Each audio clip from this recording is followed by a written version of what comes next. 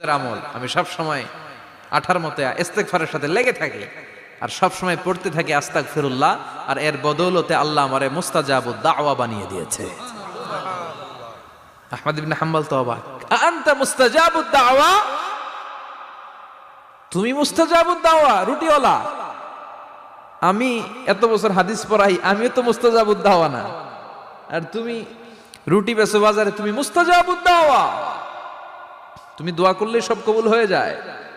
যুবক বলে, না আনা মুস্তাজাবুদ দাওয়া, আমি আমার জীবনে যত দোয়া করেছি কবুল করে নিয়েছে কে? সব দোয়া কবুল করে নিয়েছে আল্লাহ, একটা দোয়া ছাড়া। কয়টা? আহমদ ইবনে হাম্বলের কৌতূহল, কিউরিসিটি আরো বেড়ে গেল। কি? সব দোয়া কবুল হয়েছে, একটা দোয়া ছাড়া। মাযালিকা দোয়া ইয়া সাহেব, কি সেই দোয়া?